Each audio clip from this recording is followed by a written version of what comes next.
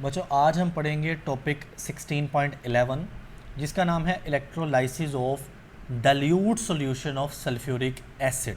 Okay, using inert electrodes जो कि carbon के हो सकते हैं या पीटी यानी प्लैटिनम के हो सकते हैं। सो आपने यहाँ भी आप इलेक्ट्रोलाइसिस की सीरीज समझ रहे हो ना। सो बच्चे आपको ना सल्फ्यूरिक एसिड यूज़ करना है। सल्फ्यूरिक एसिड होता है H2SO4, ऑलराइट।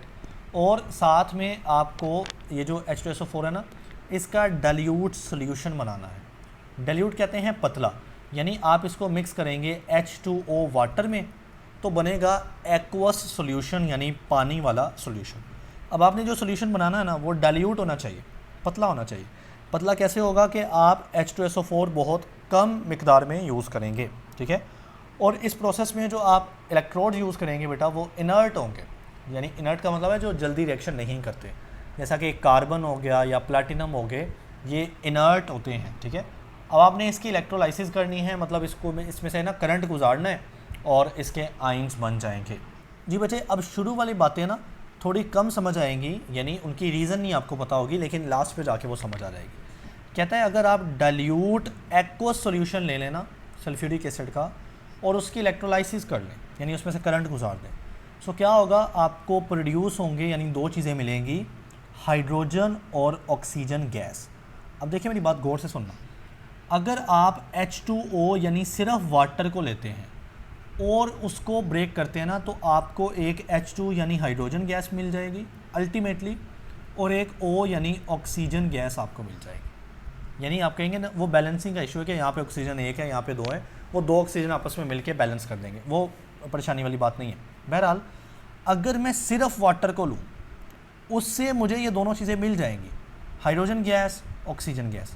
लेकिन अभी मैं क्या कर रहा हूँ, मैं वाटर के अंदर सल्फ्यूरिक एसिड भी डाल रहा हूँ। मैं फिर भी जब रिएक्शन करवाता हूँ ना, इलेक्ट्रोलाइसिस करवाता हूँ, अभी भी मुझे हाइड्रोजन और ऑक्सीजन यही दोनों गैसेस मिलती हैं। सो इन अदर वर्ड, दूसरे लफ्ज़ों में क्या कह रहे हैं कि जो इलेक्ट्रोलाइसिस है ना, इन्वॉल्व कर रहा है क्या, डीकम्पोजिशन ऑफ वाटर। डीकम्पोजिशन कहते हैं तोड़ना, सिर्फ वाटर को तोड़ रहा है। आप ये नहीं कह सकते कि सल्फ्यूरिक एसिड नहीं टूट रहा, सल्फ्यूरिक एसिड भी टूटेगा, लेकिन सल्फ्यूरिक एसिड का टूटना कोई बज़ाहिर नज़र नहीं आ रहा, क्योंकि हमें जो प्रोडक्ट मिल रहा है ना वो हाइड्रोजन गैस, ऑक्सीजन गैस मिल रही। सो बिल्कुल ऐसा लग रहा है जैसा कि सिर्फ वाटर टूट रहा है, ऑलराइट। अब देखें, इनर्ट इलेक्ट्रोड जैसा कि प्लैटिनम यूज़ कर लें या ग्रेफाइट यूज़ कर लें, देखें ना कार्बन की यहाँ पे बात हुई थी ना, कार्बन और ग्रेफाइट एक ही बात है। बेसिकली ग्रेफाइट जो होती है ना वो कार्बन की एक शक्ल होती है, सही है। सो यूज़ किए जाते हैं for this electrolysis because they did not react with the electrolyte. जो इलेक्ट्रोलाइट आप सोल्यूशन लेंगे ना किसका, सल्फ्यूरिक एसिड का, तो उसको इलेक्ट्रोलाइट बोला। तो ये जो है ना ग्रेफाइट हो गया, प्लैटिनम हो गया, ये इस इलेक्ट्रोलाइट से रिएक्शन नहीं करेंगे क्योंकि ये इनर्ट नेचर के हैं। अब बच्चे रिएक्शन को समझिएगा, आपने बनाया है H2SO4 जिसको हम सल्फ्यूरिक एसिड कहते हैं ना, इसका एक्वस सॉल्यूशन बनाया है, यानी साथ में इसके ना वाटर मिक्स किया H2O। तो अब जाहिर है यहाँ पे ना इलेक्ट्रोलाइसिस होनी है, यानी ये चीज़ें अपने आयंस में टूटेंगी। सो क्या होगा कि ये जो H2O है इससे H पॉजिटिव बनेगा और साथ में OH नेगेटिव बनेगा, और ये जो H2SO4 है इससे भी H पॉजिटिव बनेगा, हाइड्रोजन पॉजिटिव, और साथ में SO4 2 नेगेटिव बनेगा, ठीक है। ये जो SO4 है ना इसका ऑक्सीडेशन नंबर होता है 2 नेगेटिव। तो बच्चे ये हमारे पास होता है सल्फेट आइन, इसको बोलते हैं सल्फेट आइन। ये हाइड्रोजन आइन है, सॉरी, ये भी हाइड्रोजन आइन है। और OH नेगेटिव को बोलते हैं हाइड्रोक्सल आइन या हाइड्रोक्साइड आइन, ऑलराइट। सो अब आपने बात को गौर से सुनना, हमारे पास एक होता है कैथोड जिसके ऊपर होता है नेगेटिव चार्ज, और एक होता है एनोड जिसके ऊपर होता है पॉजिटिव चार्ज। अब जाहिर है कैथोड नेगेटिव के ऊपर कौन जाएगा, जिसके ऊपर पॉजिटिव चार्ज होगा। पॉजिटिव चार्ज वाली एक ही चीज़ है दोनों जगहों पर, H पॉजिटिव, ठीक है, कंपटीशन ही कोई नहीं। तो H पॉजिटिव ही जाएगा कैथोड के पास, वो मान लो दो जाएंगे, एक इधर और एक इधर, वो ये इलेक्ट्रॉन को एक्सेप्ट करेंगे, दो इलेक्ट्रॉन को, और वो तब्दील हो जाएंगे 2H में एग्जैक्टली। लेकिन लिखते भला कैसे हैं, H2 यानी गैस की शक्ल, हाइड्रोजन गैस पैदा हो गई किधर, कैथोड के ऊपर। ये भी MCQs है कि जब आप सल्फ्यूरिक एसिड का इलेक्ट्रोलाइसिस करवाते हो ना सो हाइड्रोजन गैस कहाँ पैदा होती है? कैथोड के ऊपर। ऑलराइट, अब हमारे पास है एनोड। एनोड के ऊपर पॉजिटिव चार्ज है, यानी इसके ऊपर कौन सी चीज़ आएगी बेटा? जिस पे नेगेटिव चार्ज हो। अब आपके पास है sulphate ion. Sulphate ion negative charge है ना, 2 नेगेटिव चार्ज, और आपके पास है OH नेगेटिव आयन। अब इन दोनों के दरमियान होना है कंपटीशन, इन दोनों के दरमियान, क्योंकि दोनों नेगेटिव हैं, एनोड पॉजिटिव है, तो दोनों में से कौन सा जाएगा? This is competition. तो बच्चे हम देखते हैं कि यहाँ पे ना OH नेगेटिव आयन चला जाता है। ये सारा मामला होता है टेंडेंसी का, कि कौन सा जो आयन होता है वो कितनी ज़्यादा टेंडेंसी रखता है। सो आप देखते हो कि जो OH नेगेटिव आयन है ना, it has more tendency as compare to sulphate ion. ठीक है, सो OH नेगेटिव आयन की टेंडेंसी ज़्यादा है, लिहाजा ये चला जाता है एनोड के ऊपर, और अल्टीमेटली पूरा रिएक्शन हम देख लेंगे वो क्या होता है। लेकिन इसमें से जो O है ना, ऑक्सीजन, ये ऑक्सीजन गैस की शक्ल में निकल जाती है। सो ये भी MCQs है कि एनोड के ऊपर पैदा होता है ऑक्सीजन गैस। ऑलराइट, सो ये जो सल्फेट आयन है ना, ये सॉल्यूशन में बाकी रहता है, SO4 2 नेगेटिव, ये सॉल्यूशन में बाकी रहता है।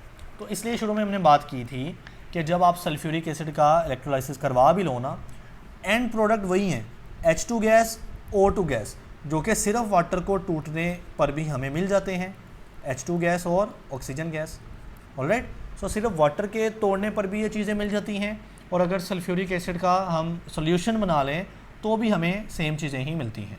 सो बच्चे देखें, कहता है in an echo solution of dilute sulphuric acid, अगर आप सल्फ्यूरिक एसिड लें, उसका एक्को सोल्यूशन बनाएं और डाइल्यूट हो, पतला हो, सो H पॉजिटिव और SO4 negative, SO4 2 negative are given by the sulphuric acid, यानी सल्फ्यूरिक एसिड अपने इन आयंस में टूट जाता है। While the ionisation of water, यानी जो वाटर आयनाइज होगा तो उससे H पॉजिटिव और OH नेगेटिव हमें मिल जाते हैं। अब कैथोड के ऊपर कौन जाएगा? कैथोड के ऊपर आपको पता है नेगेटिव चार्ज होता है, इस पे जाएगा पॉजिटिव आयन, और वो सिर्फ हाइड्रोजन है दोनों के केस में, इधर भी हाइड्रोजन है, इधर भी हाइड्रोजन है। सो हाइड्रोजन आयन जाता है, वो गेन करता है इलेक्ट्रॉन्स को, और हाइड्रोजन गैस बनता है। जबकि एट द एनोड, एनोड जिसके ऊपर पॉजिटिव चार्ज होता है, तो 2 नेगेटिव स्पीशीज़ हैं, एक ये सल्फेट आयन और एक हाइड्रोक्साइड यानी OH नेगेटिव आयन। दोनों अट्रैक्ट होते हैं, बट OH नेगेटिव आयन जो है ना, वो जाके लूज़ करता है इलेक्ट्रॉन और आपको ऑक्सीजन दे देगा। यानी सिंपल सी बात कि जो OH नेगेटिव आयन है ना, उसकी टेंडेंसी ज़्यादा है एनोड की तरफ जाने के लिए। ठीक हो गया, ऑक्सीजन गैस, ठीक है, वहाँ पे आपको ऑक्सीजन गैस मिल जाएगी। अब जो सल्फेट आयन्स है ना, आर नॉट डिस्चार्ज, वो डिस्चार्ज नहीं होते, यानी वो सोल्यूशन के अंदर रहते हैं, एनोड के ऊपर वो डिस्चार्ज नहीं होते, because they are difficult to be oxidised compare to the hydroxide ion, क्योंकि हाइड्रोक्साइड आयन के मुकाबले में उनका ऑक्सीडाइज होना, मतलब जाके इलेक्ट्रॉन का लूज़ करना, दिस इज़ कॉल्ड ऑक्सीडेशन, ये डिफ़िकल्ट है या मुश्किल है। जी बच्चे, नीचे वाली बात वही रिपीट कर रहा है, हम मेन रिएक्शन पे जाते हैं। कैथोड के ऊपर नेगेटिव चार्ज होता है, ऑलराइट, सो यहाँ पे जाएगा पॉजिटिव चार्ज वाली स्पीशी विच इज़ हाइड्रोजन, और वो जाके इन इलेक्ट्रॉन को एक्सेप्ट करेगी और हाइड्रोजन गैस बनेगी। और मैंने आपको बताया कैथोड के ऊपर क्या होती है? रिडक्शन। जाहिर है जब कोई चीज़ इलेक्ट्रॉन को एक्सेप्ट करती है, दिस इज़ कॉल्ड रिडक्शन। अब अगर हम बात करें एनोड की, सो यू नो कि एनोड के ऊपर होता है पॉजिटिव चार्ज, सो जाएगा नेगेटिव स्पीशी। अब कौन सी? OH नेगेटिव, क्योंकि जो SO4 2 नेगेटिव है ना, सल्फेट नेगेटिव, वो इतनी टेंडेंसी या इतनी पावर नहीं रखती। सो ये जाके, ये वो रिएक्शन है जो मैं बोल रहा था कि सारा याद करना है बच्चे। इससे ऑक्सीजन गैस पैदा होती है जो मेन चीज़ है, साथ ही कुछ वाटर के मॉलिक्यूल 2 पैदा होते हैं और कुछ इलेक्ट्रॉन्स भी रिलीज़ होते हैं।